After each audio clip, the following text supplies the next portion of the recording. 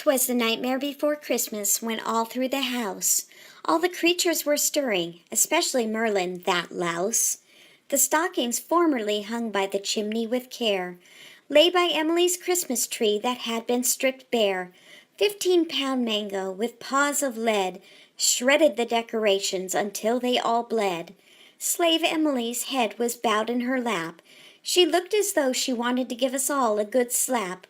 When she finally arose, she said it doesn't matter. Bad kitties like us would turn any decor into splatter. Away to under the bed I flew like a flash, where I knew there awaited my precious catnip stash. These two boys I live with, destruction they did bestow.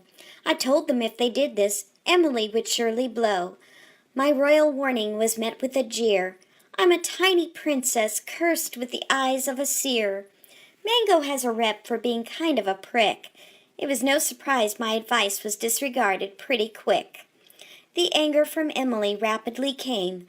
I could hardly believe she assigned me a share of the blame. How could she ever think I was such a vixen, like I'd ever want to be with those boys a-mixin'? At the end of the day, she couldn't stay mad. After all, without us, she'd be pretty sad. We truly love our slave to the moon and back. She made sure we ate when her finances were most black. Her sacrifices with the months gone by only grew. No job and no prospects had made her pretty blue. Every day the three of us would huddle. Every single day we would come and cuddle.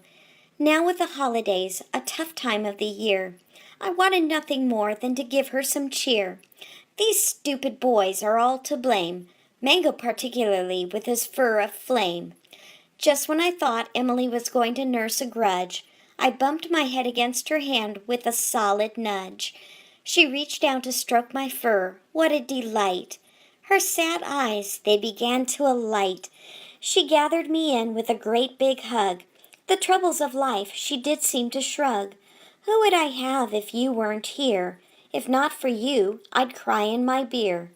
This is what Christmas is all about. I'd sooner have you than a pile of smelly trout. My sweet princess, you couldn't have done this. Surely my emotions were just a whipped-up abyss.